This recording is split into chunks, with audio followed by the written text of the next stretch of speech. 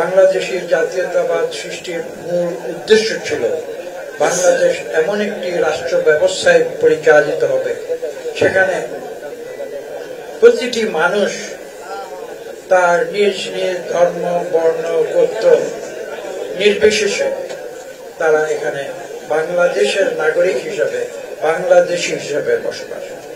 বাংলাদেশের মানুষ ধর্মান্তরে আমরা কখনো কোনোদিন অন্যের উপরে আমাদের ধর্ম চাপিয়ে দেই নেই। বিএনপি এই নীতিতে বিশ্বাস করে। আজকে বিভিন্ন দল এবং গোষ্ঠী বিভিন্নভাবে বহু চেষ্টা করেছে বিএনপিকে তারা একটি দল হিসাবে প্রচার করতে, যেখানে বিএনপি ইসলাম ধর্মকে আমরা সম্মান করি, কিন্তু তাদের সেই অপচেষ্টা কিন্তু বারবার ব্যর্থ হয়েছে। তারা একটি উদাহরণ দেখাতে পারে নাই যেখানে বিএনপি অন্য কোন ধর্মাবলম্বীর উপরে কখনো কোনো কিছু চাপিয়ে দিতে চেষ্টা করেছে। এবং এটাই ইসলামেও কিন্তু একই কথা বলে। আমি ইসলাম বিষয়ে পারদর্শী নই, হয়তো ছোট্ট দু একটি বাক্য আপনাদের সামনে উল্লেখ করব। আমরা ছোটবেলায় থেকে কোরআন শরীফ পড়ে এসেছি। সেখানে একটি কথা আছে, লাকুম দীনুকুম ওয়ালিয়া দীন। এই কথার কি অর্থ? এটা হয়তো আপনারা আমাকে আরো ভালো বেশি ব্যাখ্যা করতে পারেন।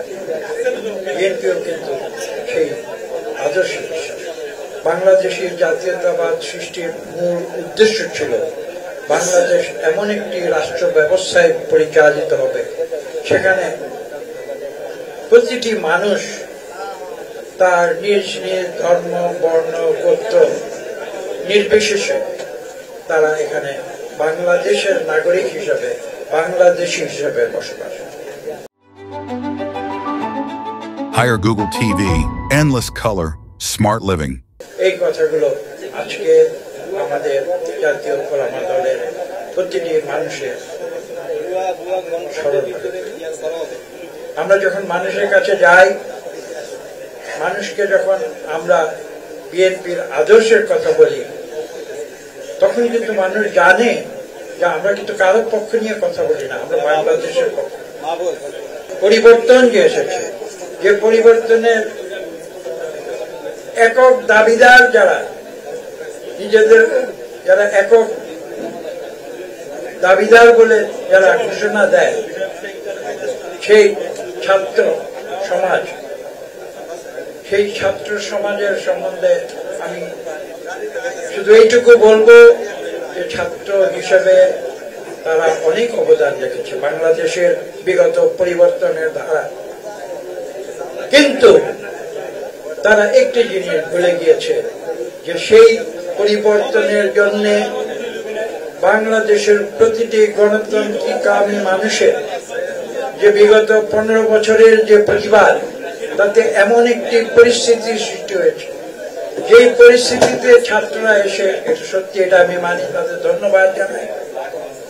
আমরা আগামী 1 তারিখে আমরা সেই ছাত্র জনতার বিপ্লব আমরা উদযাপন শুরু করব। তা সত্ত্বেও আমি যে কথাটি বলবো সেটা হচ্ছে এই, যে 2024 সালের যে ছাত্র জনতার বিপ্লব, সেটা শুধু 2024 সালের জুলাই অগাস্টে সংগঠিত হয় না। তার পটভূমি সৃষ্টি হয়েছিল বিগত 15 বছরের স্বৈরাচারী সরকারের বিরুদ্ধে বাংলাদেশের সকল গণতন্ত্রকামী রাজনৈতিক দল এবং গণমানুষের যে প্রতিবাদ, তার চূড়ান্ত পর্যায়ে সৃষ্টি হয়েছিল 2024 জুলাই এবং আগস্ট। তারই ফলশ্রুতিতে এই অত্যাচারী নির্যাতনকারী আওয়ামী লীগের নেতৃবৃন্দ সহ তারা বাংলাদেশ থেকে পালিয়ে যেতে পারে।